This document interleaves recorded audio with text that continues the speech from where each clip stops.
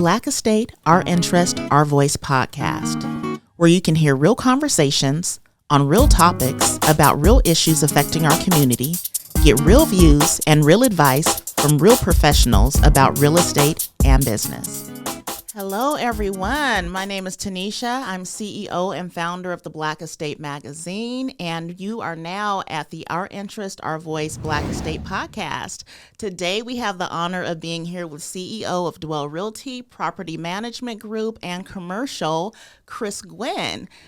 He is a long-term veteran, real estate veteran of Portland, Oregon, and well-known in the community. He's helped a lot of people in our community acquire property, commercial and residential.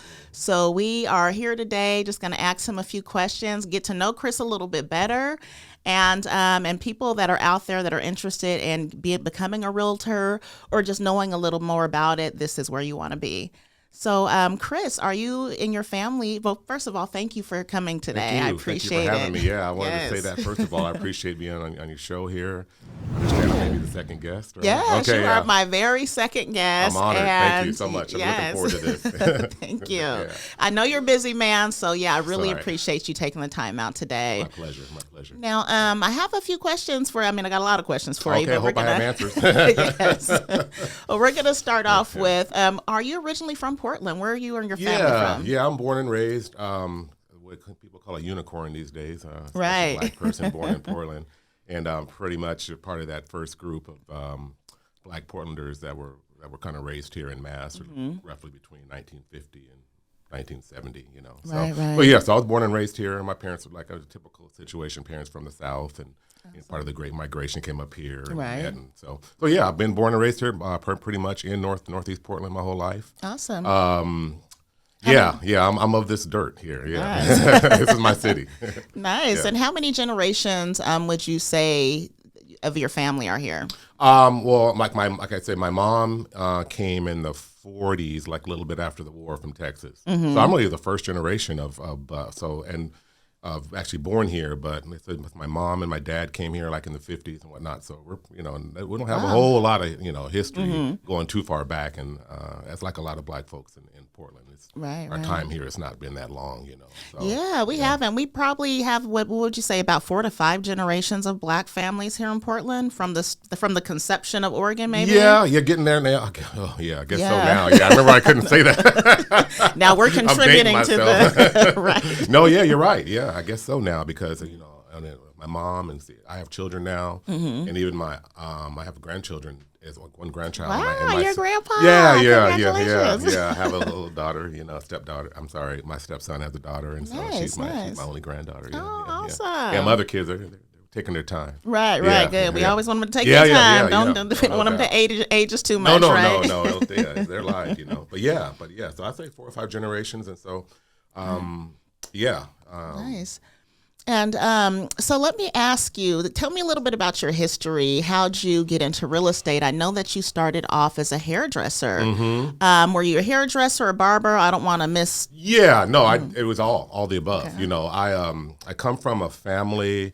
My mom, she was like always messing with her hair and stuff like that. And my dad was an actual barber. He worked at a place called Sportsman's Barber Shop over in North. Maybe you don't know about that or not, but it's over by the House of Sound over there on Williams Avenue. Yeah, so it's totally different. It's nothing like this. Totally changed up now. But anyway, so as my dad was a barber, and so I don't know if that kind of subliminally got into my head and followed as a career or not. I just know that I was in high school. I really wasn't encouraged. Based on the situation, I don't want to get too much in that, but I wasn't encouraged to go to college and get to seek higher education. So I figured I had to do something, what am I going to do? And so I started, playing around, cutting my friend's hair, cutting it in the bathroom, cutting it at school and whatnot, found out I was pretty good at it. Had a few mistakes. But so then about a couple years out of high school, I decided to say, hey, let me make a career out of this. I like doing it, so I went to beauty school. And I went there as a barber. I'm just gonna cut dudes' hair. I'm gonna cut. But then it kind of morphed into, hairdressing, hairstyling. I actually got my license in the whole gambit, nails and all that, facial and all that. I didn't end up doing that, but that was part of the curriculum at the school. Right. And so I did that, And then the next, and then one thing kind of led to another. After I got out of school, then I went to work at this really reputable black hair salon called Waves Hair Design. I remember Waves. Yeah, yeah. And some of the ladies there to this day are the family they're still very dear to me, and so they took me in, even though I didn't know what the hell I was doing. Gave you a chance. I mean, I had a semblance of what to do, but I didn't know until it was pretty much on the job training, and so I just kind of took that, and it's kind of wanted to kind of abbreviate a little bit, but I took that, and I ended up getting my own salon after that. After I got my feet wet, and then I ended up. How long did you have your salon? I had my first one. I had for about a couple of years, and then me and my partner decided. My business partner, he kind of went a different way. So then I got my second salon. Nice. And it was on MLK. So then I got it. I grew it to where I had other stylists there. People were doing nails. I was in it, so I actually had my own salon. Yeah. How long were you in the industry? I ended up, I must have started in around 80, 85. I got an 86. So I totally put my shears down and clippers down probably around when I got into real estate, like around 98 to 2000. Nice. So I had like a, 20-year run, Wow, nice. Yeah, it was cool. That's was great. a long time to make a change into a whole different career field. Like, what was the... Well, the thing was, it was like, I was 30, I was in my early 30s, and then I just didn't feel that the hair business was sustainable on a physical level. Which means that very hard on your body. Yeah, your body and whatnot. And I heard some old guy or somebody say, I don't know who said it, whatever you're doing in your 30s and mid 30s is what you're probably gonna do for the rest of your life. And no shade on the industry, of course. It's an honorable profession. I made good money. I'd raised my kids on it, but I said I probably don't want to do this for the rest of my life. Right. So then that's where it kind of morphed into looking into real estate and looking into another career and changing things a little bit. Awesome. And what sparked your interest? Did you know somebody that was already in real estate? Yeah. Well, here's the deal. I was always had an interest in homes and houses and whatnot, and this architecture and whatnot, especially older homes and whatnot. So I ended up buying my first home when I was 25. Oh, wow. Yeah, awesome. that's back when you could. Prices weren't, Were the interest? So tell me about that. Do you feel like it was easier back then to purchase a home than it is now for a younger person? In retrospect, it was, but didn't feel easy then. My first home, I was qualified for, I think $70,000 and not a dollar more. Gosh, Yeah. What was for sale back then at that? I mean, I know some of the homes. Big, beautiful homes in Piedmont. I was 25 years old. I had 4 children, a wife and 4 children maybe at that time. Well, you had a whole family. Yeah. I've been on the fast track. No question. That's why I told you my kids, they're not in a rush because I rushed everything. But I mean, things just worked out. Things worked out well. But I was able to buy a nearly 3,000 square foot home. Wow, 3,000 square feet. 4-bedroom, one of those beautiful old Craftsmans over in Piedmont area. Nice. And I was able to get that. And I remember for $69,000. 69, 70. It was 69 or 70, one of those, something like that. And I actually ended up keeping that house for another 10 years or so until things changed. But yeah, so to answer your question, I was talking about this the other day to somebody. It's like basically the gap of what you have to earn then compared to the prices, compared to what they are now. Right. It's almost unattainable for some people. So you really have to, the disparity in incomes are definitely makes the homes a little bit more out of reach. So now we have to just, change the game a little bit. Maybe you can't live right in the city. I know I'm digressing a little bit. Maybe you have to go out a little bit or go to a condo, whatever it is, get into entry level, whatever that is, get it, do it. And then, but yeah, so it was, so answer your question about I was cutting hair and I was voicing, when you have clients, you're always talking to them and whatnot. They're telling you they're everything personal that I shouldn't hear, and I'm telling them.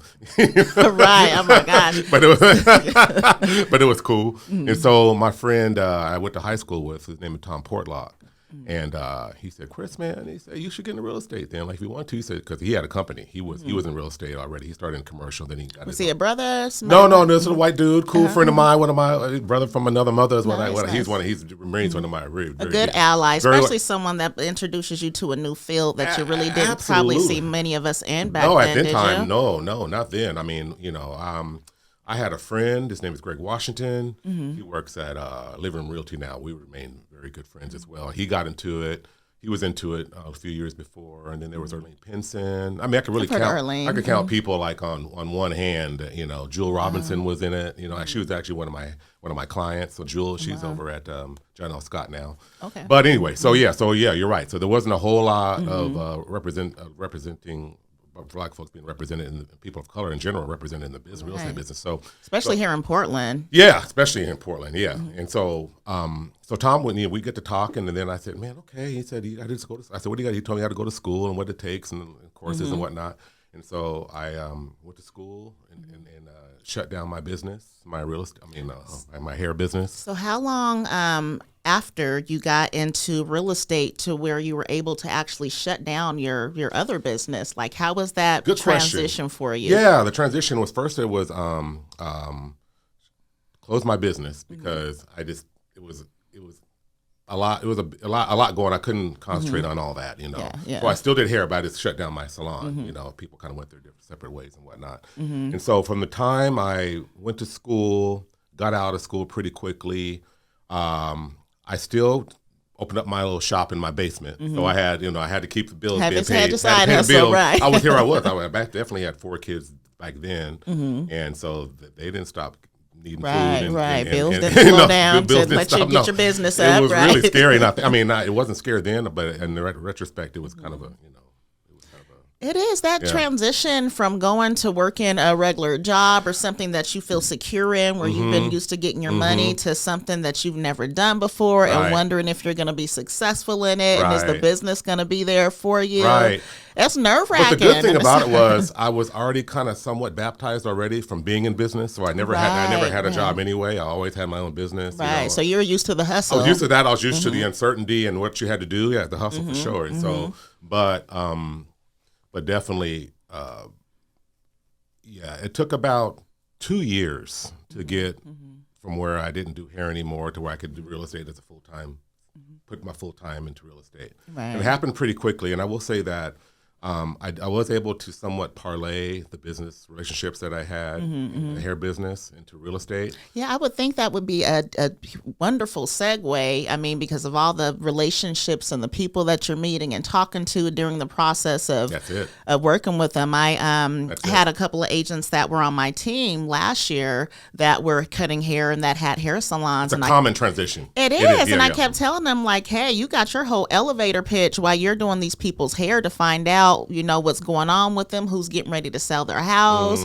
who is looking for a home. So, like, use your sphere of influence and where you're at now to build your business later. And that's it. And even though that there's differences clearly in, the hair business and what you're developing is a relationship, like you said. Right. And that's trust. Building relationships. Trust, So a lot of my clients that came to me, I was trying to sell. In fact, one of the guys who works here, Naeem's mom was one of my first clients. Oh, wow. Yeah, really? and so in terms of one of my first listings, because she lived around the corner from me, and she was my hair client. She didn't know if I could sell a house. Right, but she trusted me. Yeah. And I ended up, helping her buy another house, sell her mom. I sold her mom's house. I mean, she's been, so that's how it developed, Awesome. So I was able to make that happen quite a bit, and all you need. Isn't it nice when your friends and your sphere believe in you? Because that was kind of the hardest part, and I think that's the nerve-wracking part for any new realtor getting in the business. Is, are they going to have confidence enough in me to let me list their property? Some didn't. No, don't get me wrong. No, some people. I had some heartbreak stories too. Like I would pass by and see a sign in the house in the layer art and say, "Oh man, what about me?" But everybody doesn't, but enough did, and enough, helped me get my career started. Right. Awesome. And so what was so tell me a little bit about the community back then. We've seen so many changes in the last 15 years in Portland. Do you feel like the gentrification, and do you remember seeing when that gentrification was getting ready to happen, being that you were in real estate at that time? Can you tell me kind of from your perspective how you started seeing it? Was it a lack of education from the homeowners that kind of helped get them moved out, or was it just what they were doing city-wise? Like, what do you kind of think led to it? Yes, all the combination of everything. Yeah, the convergence of a lot of things. The gentrification story and whole thing gets really deep, and there's all kind of segues and rabbit holes, too. But just to keep it kind of on a just a base level. I actually started noticing it, back when I was actually a home buyer. When I would go back to when I was 25 years old. That's why the homes were so cheap then, not because they're not any less grand or beautiful than they were in an area where there was still redlining involved. That was still going on.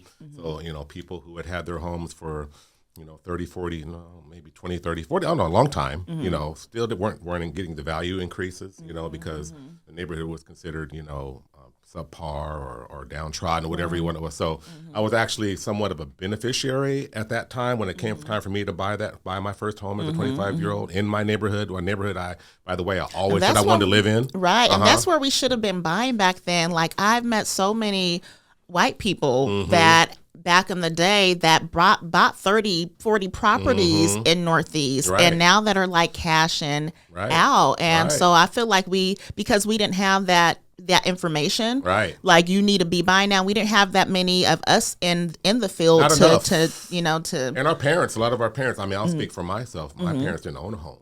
And a lot of my friends' parents did. A lot of my friends' parents did, though. Grandmothers and whatnot had bought homes and whatnot.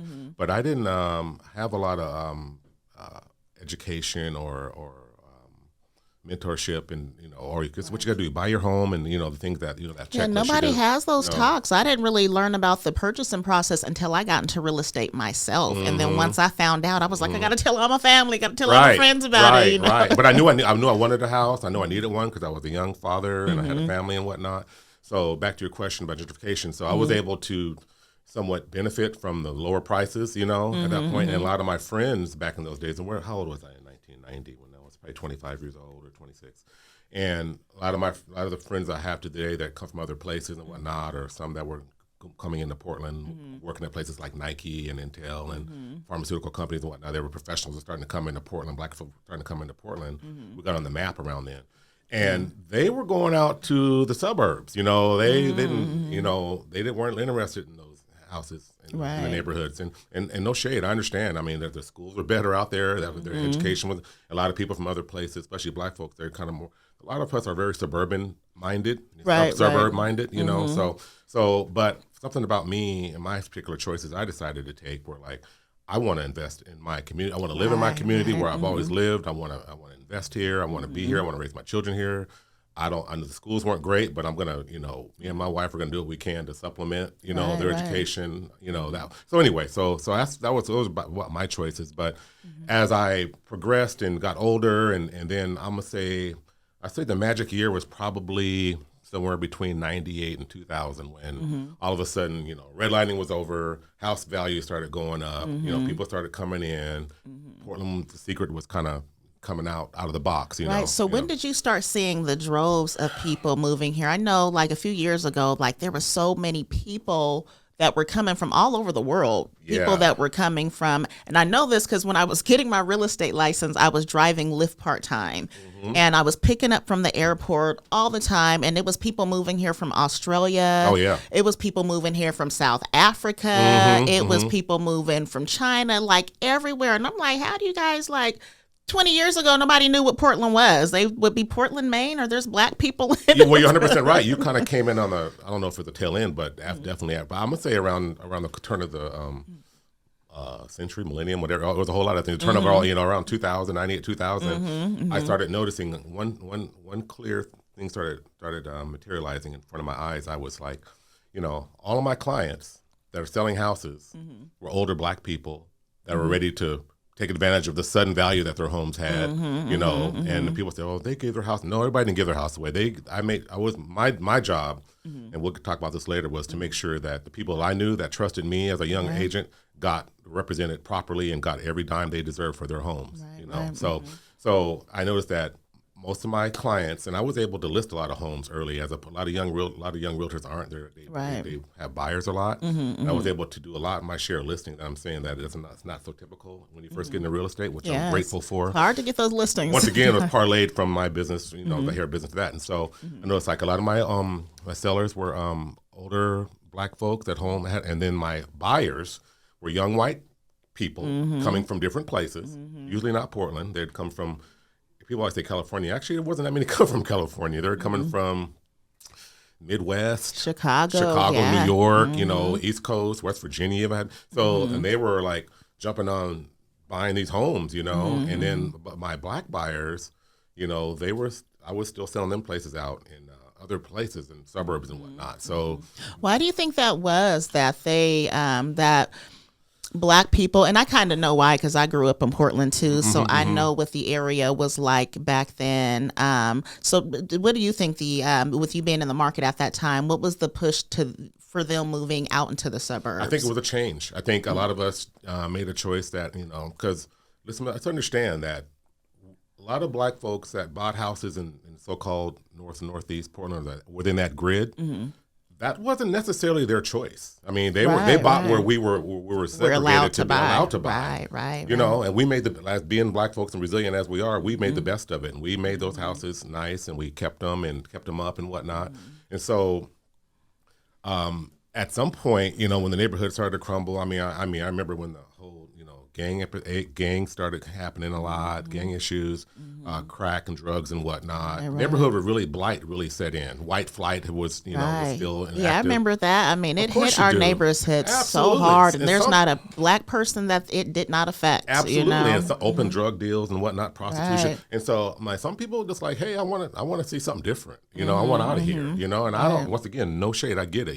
So I get it. So a lot of my Black clients and buyers, I don't want to live on, Jessup and Mallory, or I don't want to live on off of MLK, but I was like, okay, that's fine, So I think so. A lot of that, wasn't the fact that we were all driven out. Some of us were, but a lot of people that exercised their options, that actually had the option to actually make a change, to sell or buy, they chose to, do that, and that's fine, but that contributed to, the amount of lower home ownership in Northeast Portland, or the places that we had typically been and whatnot. I guess the silver lining, or the good part, was where people were able to finally exercise their choices to move where they wanted to, for whatever reason, and not have to stay in a certain grid, But that's still part of the story. Now, so with that, I noticed that the loan amounts that people are getting approved for, and they've actually upped the loan amount. But have you noticed with some of the clients that you dealt with, people of color that are wanting to move into different areas, into the higher valued areas, do you think that they are being declined or approved at the same rate as their white counterparts? Or do you think there's still things that are going on behind the scenes that we can't see that are keeping Black people from getting the same loan amounts? Once again, the answer is yes, all the above. So I think that, interest rates. You mean interest rates, or actually the loan amounts? Both. Okay, both. Yeah. I mean, when I got my first house, and I keep on going back to that, when I was 25, it was 10%. Interest rates were 10%. Oh my God, serious? And I was happy to get it. Yeah, but once again, the prices were lower, so my payment was like $600. Principal, taxes, and everything was probably $800 or something like that. Oh wow. Well, so it was all relative, but I think that you're starting to see less of that now, maybe or maybe it's become more covert, but you do see these stories, around the world, around the country, where people are having to whitewash their homes. You know what that means? Yeah, you saw that? Well, I've had to.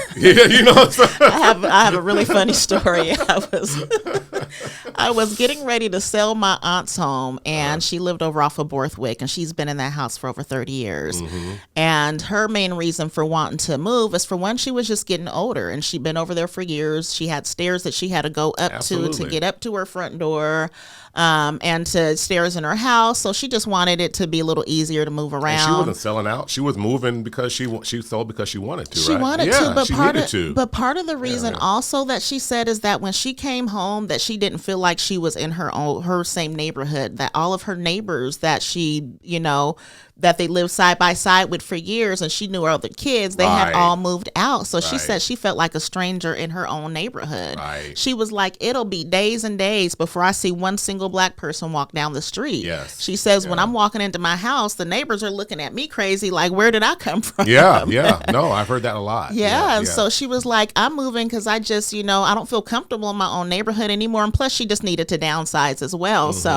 Funny thing, though, is that when I went into her house to get it prepared to sell, and she had all the pictures up on the wall, She was like, do you think I should take down all of my pictures? Because so they don't know that I'm black. I read somewhere that if they know that you're black, then they're not going to offer the same amount for your home, or they may not offer anything for your home. Or this the perception that something changes. It really does. Whatever, it really, maybe even subliminal, or maybe something implicit. And I've seen it. I've seen it happen. And so, but what's funny, she was like, I'm gonna take down all my pictures. Martin Luther King and JFK and the big spoon and the big fork. Yes, look, but she had a white Jesus and a black Jesus on the same wall. Dead giveaway.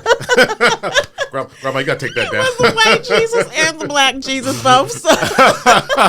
Yeah, and it was just hilarious to me. Yeah, and she was like, "Well, I'm not moving neither one of them. They just gonna have to stay." Well, they I was like, you know what? That's fine. Hey, I get it. I remember having that conversation. Yeah, no, yeah. Black Jesus and white Jesus. Yeah, they got to stay. Yeah, they got to stay. No doubt. But that's definitely a thing, with having to whitewash your homes to to well, get you them see, to sell. I mean, the biggest stories you've seen. I think it was one in the Bay Area where the home was appraised for like $900,000, but then they knew the house was worth way more because we're talking about the Bay Area where that's like a entry level house, right. And then when they whitewashed their house or had like took all the black pictures down, had an actual white person be there, like they were the owner and whatnot. The value actually and it went to in. 1.5, Wow, and I thought that was an anecdotal one-off, but then I've heard that story at least. Now it's become an actual word or actual term to make your and I'm not saying that happens all the time, but the question you asked me is like, do you think that happens? Are people still treated differently because of our race and whatnot? I'm gonna have to say yes. Definitely. It's just kind of maybe more hidden now or more covert, but I do think different things have gotten better for us. Right, yeah, things have gotten a little better. Money. I mean, right. People want to, at the end of the day, mortgage lending and whatnot's a business. And right. People are trying to close loans. So. Definitely.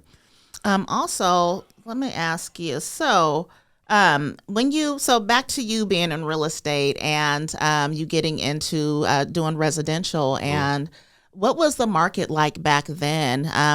Was it better back then because a lot of people were moving out of the neighborhood and more people were moving in? Was there as much competition? Right now, there's so much competition because the inventory is low and there's so many new realtors and people that are getting in the market. Right. Would you say it was easier for you back then to kind of navigate? That's a good question. The market was, when I came in, that, when you're like a surfer, you're riding the wave. I came on right when the wave was cresting, right there. And so there was a lot of activity. And I think it wasn't like a buyer's market or seller's market. It was pretty fair. I mean, places that I sold real estate in, at least, like within the grid I'm talking about, where gentrification was going on or so-called blighted neighborhoods. I say so-called because I just don't want to put those kind of words on.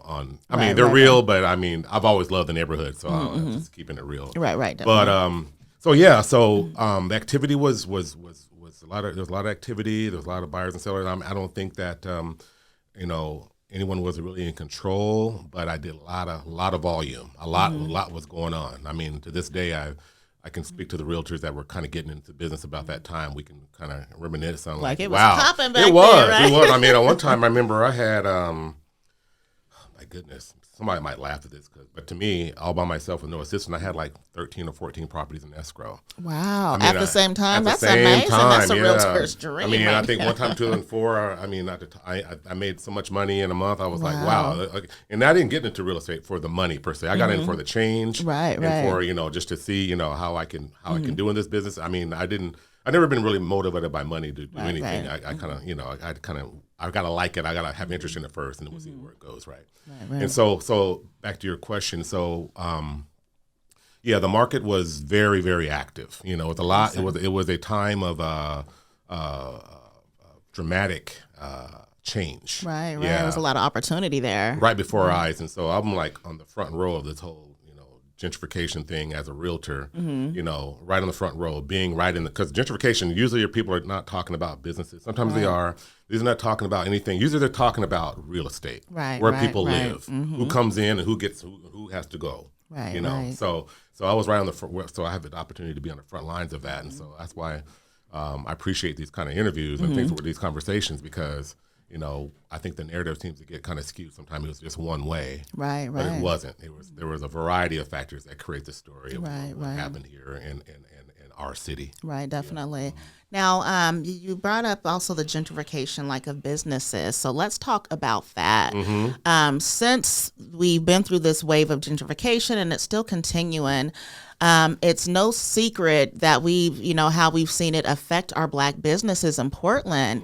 And there is no doubt a decline of Black businesses versus back in the 70s, leading up to the 90s and now into the 2000s. Right. You have to really look for a Black business now if you want to support a Black business. Right. What do you think has been the cause of that when it comes to, and I know it's kind of obvious, but just to, kind of tell people, do you think gentrification has played a role in Black business decline in Portland? Yeah. Well, people tend to have businesses in their community, the mom and pop shops or whatnot, or the guy with the barbershop, lives around the corner. The guy with the restaurant. So when you're going to see a decline in the representation of those with that particular group, then you're going to also see, because within every group there's entrepreneurs. Right. They're always usually a smaller segment of society, but those people are the ones who go out and kind of create their businesses. So yes, you will have seen a decline in Black business, primarily. Especially like during COVID, when that. Right. And so.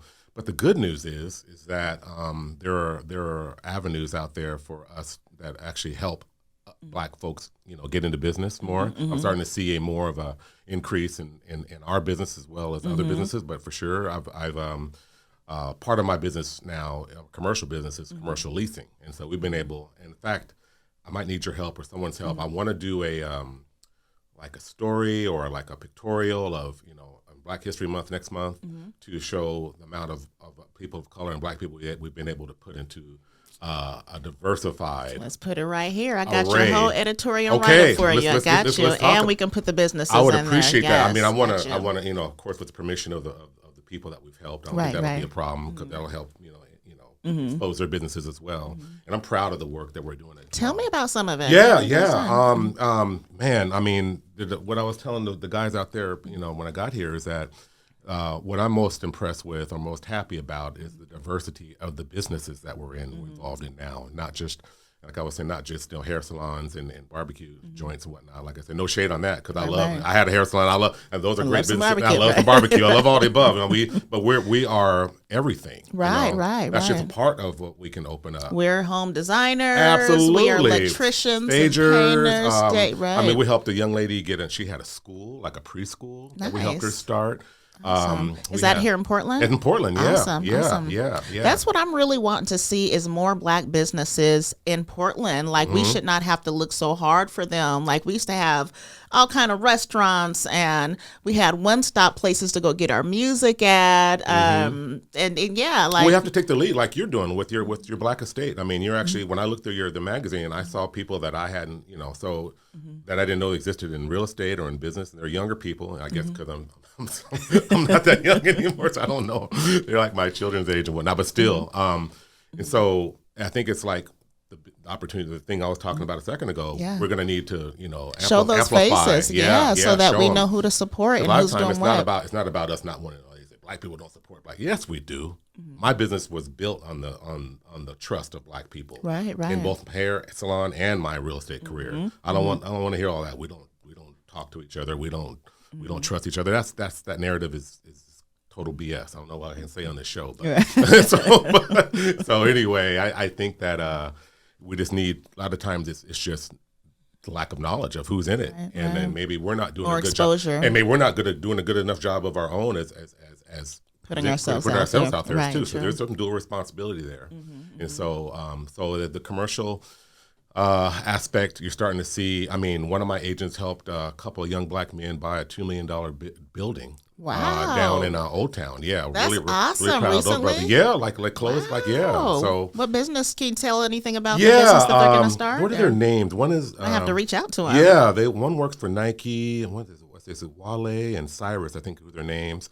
Nice. They bought a building over in Old Town, and they're going to make it a faceted type of building. I think they're going to do like some kind of like a WeWorks building. I don't know. Well, I think I don't want to say anything that's not accurate, but my understanding is they're going to do like an event space there. Nice, have some offices, like I think maybe companies like Nike or something like that can help more. Wow. So anyway, they got a great vision, That's and Yeah, so that's just one more of the success. You're going to have to plug me, give me their information I when we're will. done so I can reach out to them. I want to know what they're doing. I'll put you an email along with their agent. One of our agents, her name is Jessie Berg. Okay. And she's the one that helped them make that purchase. Nice.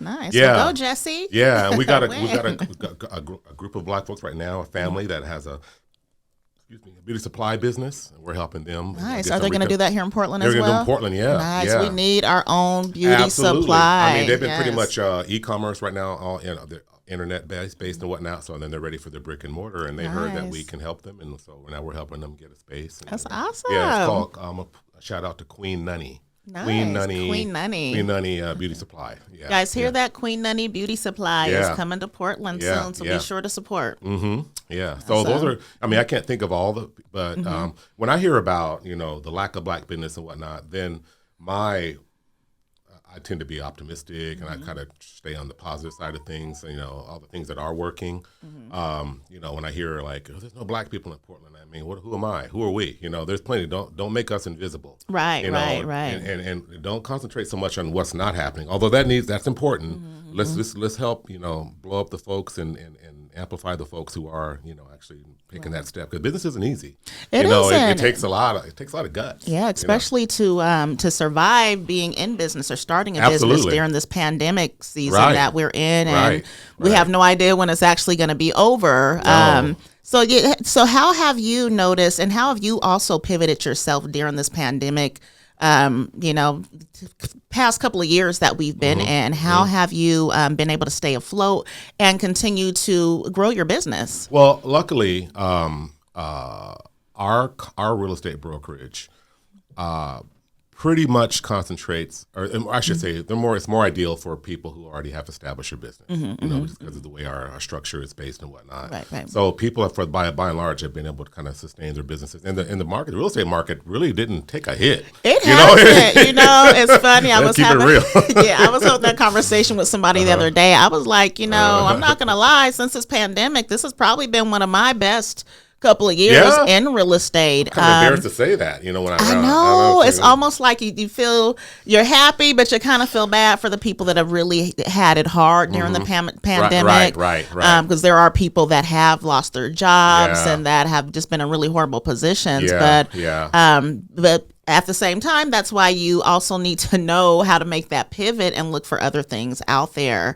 And our business is diverse, Dwell is basically three legs. We have a as a residential side that you're involved that in. I am. Thank you. I am a proud member and realtor broker of Dwell Realty. And we're so happy to have you. Thank you. And so we have the residential part, and then I created a property management division, and then of course the commercial division. So when one is kind of maybe down or whatever, then I have, I learned a lesson back in 2010, 11 when the financial crisis hit. Never have all your eggs in one basket, right? So true. So you can diversify, maybe not into other businesses, but within the same business. Right. Maybe try to, rope a few things into one type of business. It's real estate. There's all kind of ways you can invest. There's all kind of things that do in real estate. Yeah. That's what I love about real estate, and that's why I got into it, is because there are so many opportunities and so many businesses and different fields in real estate that you can get into. You don't have to just be a selling or buying agent. No, not at all. You can be an appraiser. You can be an inspector. Yes. You can be a builder. Right. You can be an investor. There's so many different fields of real estate that you can get into that can all be lucrative. Absolutely. Because those are appendages of our businesses. Right. Every successful agent has a go-to loan broker. Right. We have a go-to home inspector. We don't usually choose our appraisers. Banks do that. Right. We don't have enough Black appraisers, though. That is something that we definitely need to have. I know one. I know one that just got his license. Oh, really? Yeah. His name is Ty Colimo. I don't know his last name. I can't think of it off the top, but he just got licensed last week. Does he do multifamily stuff? I'm not sure. I can find out, though. Yeah, I'll definitely find out. I know a gentleman, his name is Tony Body. And he came from another city, maybe the East California, maybe. Anyway, so nice. So there's not enough representation, and right. If sales aren't your thing and whatnot, there are different Not even what you're doing, like, the media, around really. Its focus is around real estate, Exactly. So the profession, the industry is vast. It's not just realtors and mortgage brokers, So Yeah, so kids out there, if you're thinking about getting into real estate, it's definitely something you should consider. There's so many different career opportunities and so many ways you can open doors for yourself just by getting in the business. You can be really creative with it. Speaking of that, have you noticed all of the younger people coming into real estate now, and are people reaching out to you? Yeah. How do you feel about that? Does that make you feel good that, I can't stand it. They're taking my job. No, I was kidding. Who they think they are? No, actually, it warms my heart to see, the influx of people I never heard of. Yeah. I mean, probably because they're younger. Like one young lady I met the other day, she was referring a property management client to me. I forgot her name. I'd shout her out too. But she was one of my daughter's friends in high school. Oh, wow. Yeah.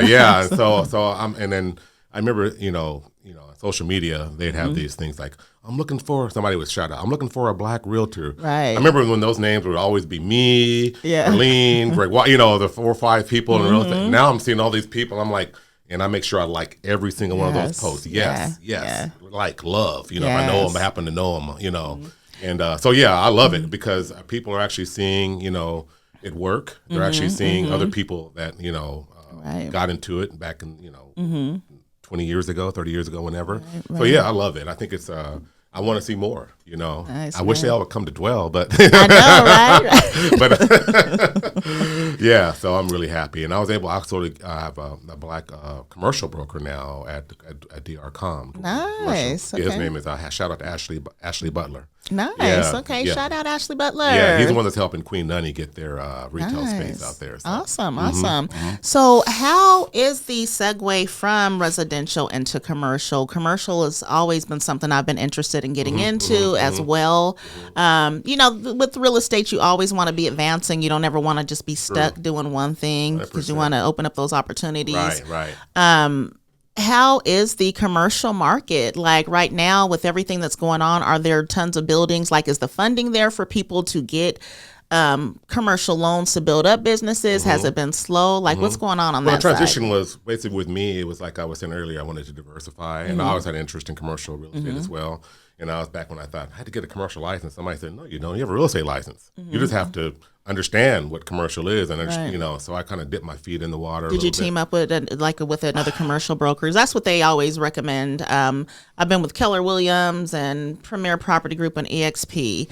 And they're like, no, if you do any commercial, you need to just give it to a commercial broker, or you need to bring a commercial broker onto the deal. Like I always said, I didn't say this earlier, but never write a book. I can never write a book on how to be a successful realtor because my story was a little different. Right. It's not typical. It's not like then you do this. I didn't follow the steps. I've always relied on relationships. Right. And blessed for that. Don't get me wrong. I mean, it's not like it was easy, but it may be a little easier because the relationships were there. So a lot of the commercial deals that I was able to get my hooks in, or people actually, to be trusted with, were people that I had helped with residential, and they trusted me and said, "I want you to sell my building now, Chris." Black folks in the community like. Sam and Margaret Brooks, they wanted me, and shout out to them for giving great opportunity to make one of the biggest real estate sales I've ever done. Yes, let me tell you, for I want to say about at least 4 or 5 years, and still I would drive down MLK and see your name on all these buildings and all these commercial buildings that were sold, I was like, that was just me. Wow, and look at him go. And I felt my way through it. I asked questions. I had some people that I relied on that were in the business as well. One of my friends also got me involved. I hadn't really done a lot of commercial deals, but she kind of dealt me into this, and I was able to get that sale done. I was as a buyer, a real estate commercial buyer. Shout out to Joe Benjamin, who owned the building on the corner of 18th and Alberta. It used to be called Joe's Place. I sold his building. So what are they doing with that building? A company called, a nonprofit called Community Equity and Diversion, Center for Equity and Diversion, or something like. I forgot the actual name of it, but they bought it. So what are they going to be doing there? They're doing their. I think they do training there, and they have like classes, and they have offices there for the business. It's a nonprofit, and they kind of, basically help people who are of color or marginalized communities to help achieve more equity and diversity within different parts of business or whatever. I'm kind of don't know the full story of it. Right. I can tap into. But yeah. But so that business, and I was able to do a lot of sales, and mostly once again within my community. It all kind of one thing led to another, and that's kind of same thing with property management. Kind of I guess every segment of my life, one business kind of helped complements the other. Yeah. And they morphed kind of seamlessly. Well, that's awesome. Yeah. It takes a lot of work, though. It's not just like you get these. Right, I know it's not easy. Keep that real. Right. Well, one thing that I've always admired about you, Chris, is that you have continuously stayed active in the community doing what you do. I've watched your growth with your businesses. You've always been a great businessman, and it's really inspiring to somebody like me that does still have goals that I want to reach in real estate. Like I eventually want to get into commercial, and hopefully I'll be doing my first deal with you. Absolutely. Yeah, we can. Yeah, I'm looking forward to that. Yeah. Yes. Yeah. And so I don't take that for granted. I mean, I've never wanted to feel like I was inaccessible. I appreciate, positions. You've always been easy to contact. I don't think there's ever been a time where I've tried to reach out to where I couldn't get a hold of you or to where you haven't contacted me back. If it is, it's accidental, and it's not my style. Or truly, but so I've always, I understand the position I'm in now as a 56-year-old man now. God, you're 56. You look good. Look good, brother. Edit that out. Thank you. And but I started real estate when I was 30, 33 or something like that, and that's how it goes by really fast. But so I don't take that for granted. If somebody wants to hear, if they just want to say, hey, my son's looking into real estate, and I say, have him give me a call or talk, I'll tell them what to do. If I had a nickel for everybody that said they're going to do real estate, I'd be great. But some people decide they don't want to do it or finish school, which is okay. I mean, do your research. Real estate is not for everybody. And people do need to know that it's not an easy field to break into. It's not a job. It's a career. You don't come in making money. Right. You come in, learning. And you got to learn how to manage that money too, because you may get one deal that may be great, and it may be 3-4 months before you get another deal. My first year in real estate, I think I got my license in the spring. I don't think I closed the deal until October. Yeah, I got one deal my first year. Gosh, Yeah. But I had but that's just how it goes. But after that, I took off and everything was good. Thanks to my friend Tom that got me in the business and a few other things. But yeah. How would you say that you, this is for realtors out there, how would you say that you kept your business consistent if you are experiencing that slump kind of in your business? Or when because I've had some slow seasons and then I've had some really great times too, you know, but how do you, when you are kind of in that slump, what are things and tools that you use to help kind of get the business picked up back up as far as marketing and that sort of thing? That's a good question. When you're slow and things are slowing down, that's your opportunity right there to start investing more. And it's automatic inclination, like I don't got the money, I can't put money in my business. It doesn't always take money. It might take social media posts or something like that. You got to continue to invest in your business and believe in yourself. So those slow times are your opportunity to look at it as an opportunity to actually, put yourself out there, grow your business, do more talking. One thing I don't practice what I preach in terms of, keep your your client retention by staying in touch with them. And I failed miserably at that because I always relied on the relationships I had. There's always somebody, but you can't do that. You must keep on interacting with your existing clients. So that's low-hanging fruit. Yeah, and those years come around quick. Absolutely. There's houses that I sold 4 years ago, and now they're all ready to, some of them are ready to level up, to put that house on the market and to get their dream home. It's not people's job to keep up with you. Right, true. We got to keep up with them. It's your job to keep up with them and keep in their lives and whatnot. Because another realtor, I've heard people say, "Oh, Chris, I forgot about you, man. That happens. Do you think about everybody you did business with in the past? Like, are they always on the tip of your tongue? Always, some people are, but so it's up to us. So that's some advice I would give is make sure you keep on investing in your business, whether it be with money, whether it be with time, or just retaining keeping up with the people that you've worked with that trust you. Yeah, definitely. Yeah, that's important. That's great advice. What are some things that you would like, or what are some fields that you would like to see younger people of color getting into that are real estate related, besides just regular, traditional real estate? What are? Yeah, I think you hit it on the head a little while ago. Like you said, home inspection. I think there's one home inspector. A guy reached out to me about a year or so ago, and he started his home inspection company. Are you talking about Joseph? Is his name Joseph? Joseph Johnson? Yeah. Shout out to Joseph Johnson. Yeah. The magazine. Yeah. Oh, is he? Okay. He's been really busy. He has been killing it. And, the sad thing, though, is that I only know one black home inspector. Yeah. And he gets pretty busy. Good. I'm glad to hear that. Yeah, I remember he had sent me, Mm-hmm. he did his due diligence. He sent me a letter to my office. Oh, nice. Which I never opened because I didn't realize. I mean, I don't always open a lot. I didn't open it until later, but he had actually contacted me on my DMs on Facebook, my messenger, and so then I got and then I saw he had sent me a letter too. So he was, and so what I did, I asked our managing broker. I said, this is a man that I want you to, because we have about 25, 30 agents, and I said, I want you to make sure that everybody, and a couple of my agents already knew about him, which I was happy. My friend Fred Stewart, Fred Stewart? Yeah, I do. He just started the first black-owned title company. Yeah, Vanport Title. Shout out Fred Stewart, Vanport Title. Yes. How about that? So yes. I mean, that's amazing. And that is huge. that is really huge. Yeah. I talked to Fred a couple of times on the phone. I'm actually going to be doing hopefully a write-up about Vanport Title and hopefully getting him here so we can do an interview. Well, you had a conversation with him like a couple of weeks ago. He said, Chris, man, you got to, there's never been a black agent that has closed a deal with a black title company in the history. He has all these stats about Portland and whatnot. Chris, every time you sell a house, you're making history because you're the biggest black owned blah blah blah. I said, Fred, that's not confirmed. He said, yes, it is. It's confirmed. He's because Fred, Anyway, so I'm like, okay, man, you can say that. Fred is about a statistic, though. He is. Yeah. I love that dude. He's a good dude, and he's really supportive. But so title companies, home inspectors, stagers. I'm sure there's some black stagers out there. I use these ladies, Monique. I just met one named Nicole Harris. She's actually going to be working with us at the Black Estate on our photo shoots, decorating some of our properties. I know who is she? Nicole Harris. So Nicole Harris, she's an interior designer. Okay. It's Design with Love, I believe. Design with Love. Please forgive me, Nicole, if I'm wrong. We'll get it straight. Yeah, I used to use what's her name? It's Wesley Johnson.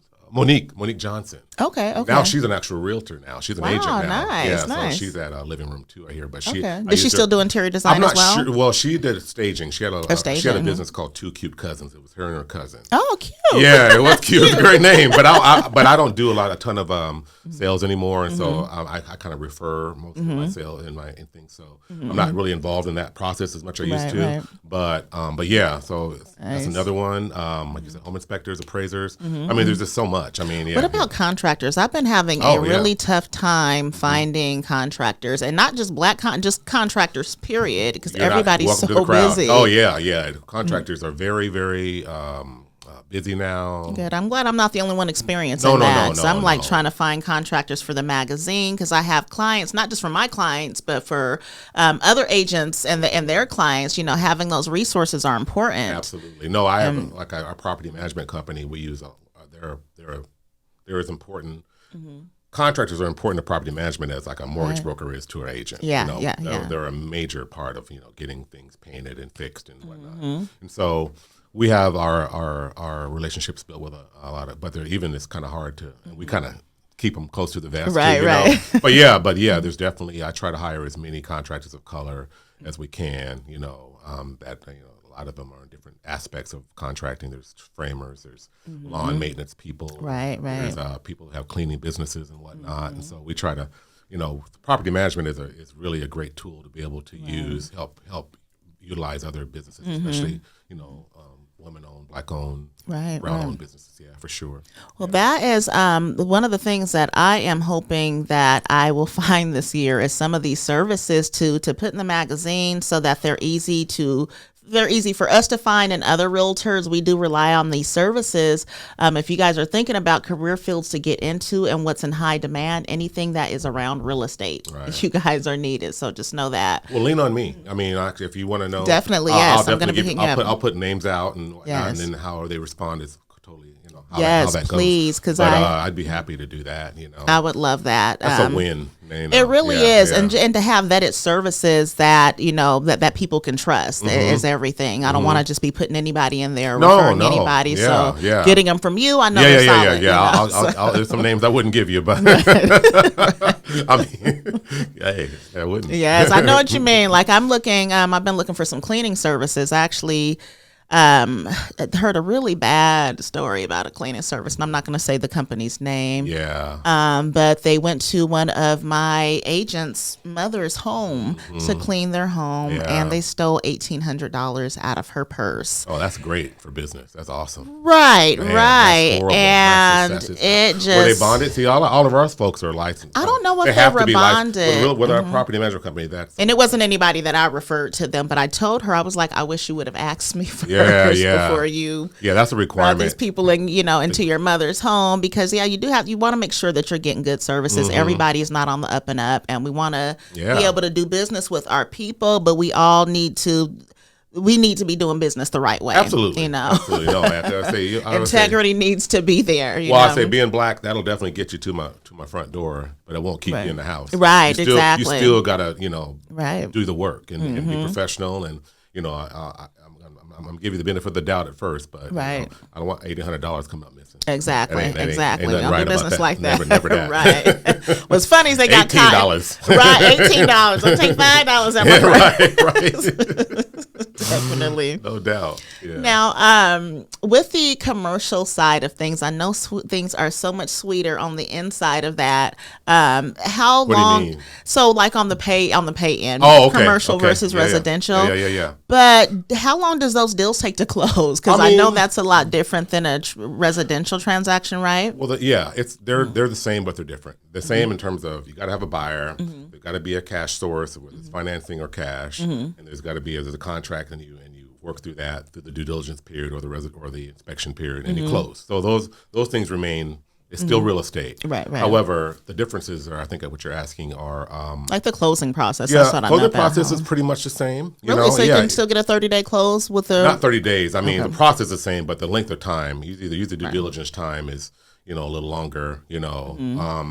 And about how long? Well, I mean, I would say 90 days. I've had a real estate deal, the one that I did with first Sam and Margaret Brooks. It took a year.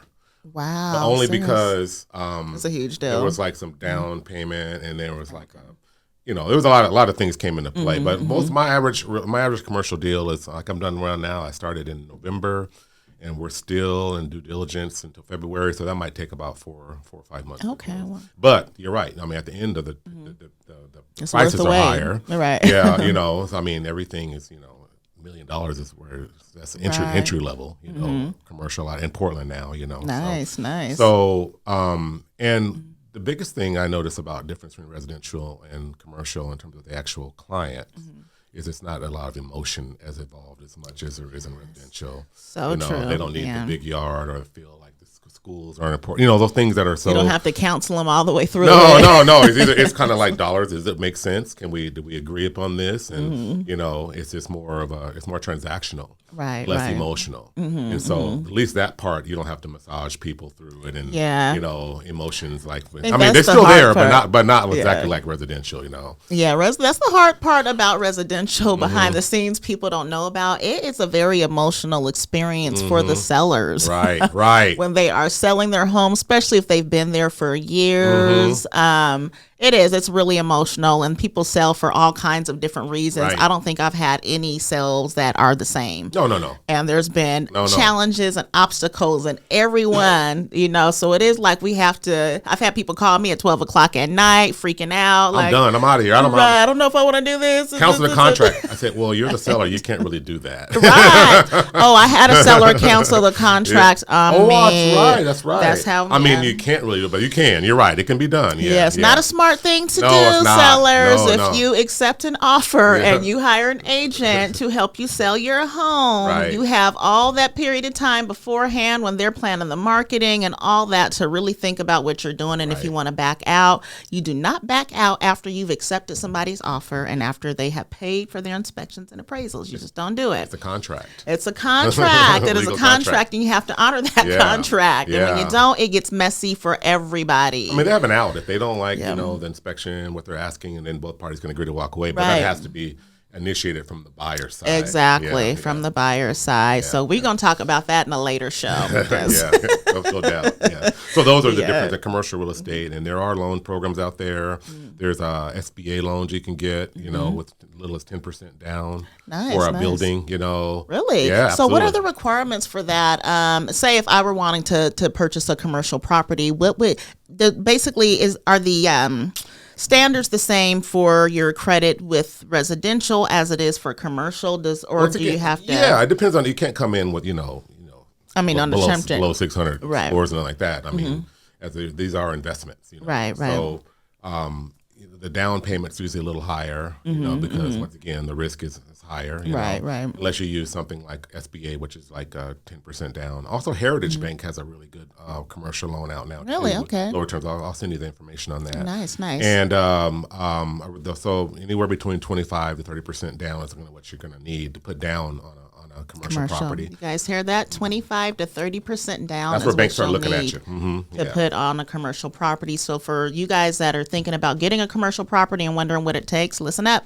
And team up. I mean, it doesn't have to be just one person. People, oftentimes they, start an LLC and then they buy a business together. So maybe one person has, half of the 25, 30%, other person the other half. So don't let your individual circumstances prevent you from looking into commercial real estate loans. Right, definitely. Yeah. Well, Chris, thank you so much.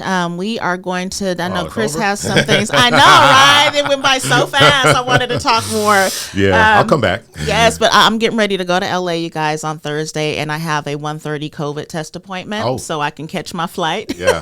So I got to get to it. Handle that, yeah. But thank you guys so much for watching this. We're going to be inviting Chris Guinn back. Again, this is Chris Guinn, CEO of Dwell Real Estate, Property Management, and Commercial. If you guys are looking for a commercial property, if you guys need some help, wondering what it takes, this is the man that you want to contact. If you guys own commercial property or own any rental properties and you're looking for property management, this is also the man that you want to come to, Chris Guinn at Dwell Property Group. And thank you. And if you guys are looking for a realtor, I am still here for your residential needs and would be happy to help you. Would be happy to run any comps for your properties and to send you some listings. So I'm approachable. Contact me. Absolutely, contact her. Thank you so much, Chris, for joining us. It was an honor to have you. It was a lot of fun. Thank you, and we'll see you again. Absolutely. Yeah. Have a great day. Guys. Take care. Take care. So join Tinisha, the real estate diva, licensed broker, and CEO of the Black Estate Mag at the Black Estate. Our interest, our voice podcast for some real conversation.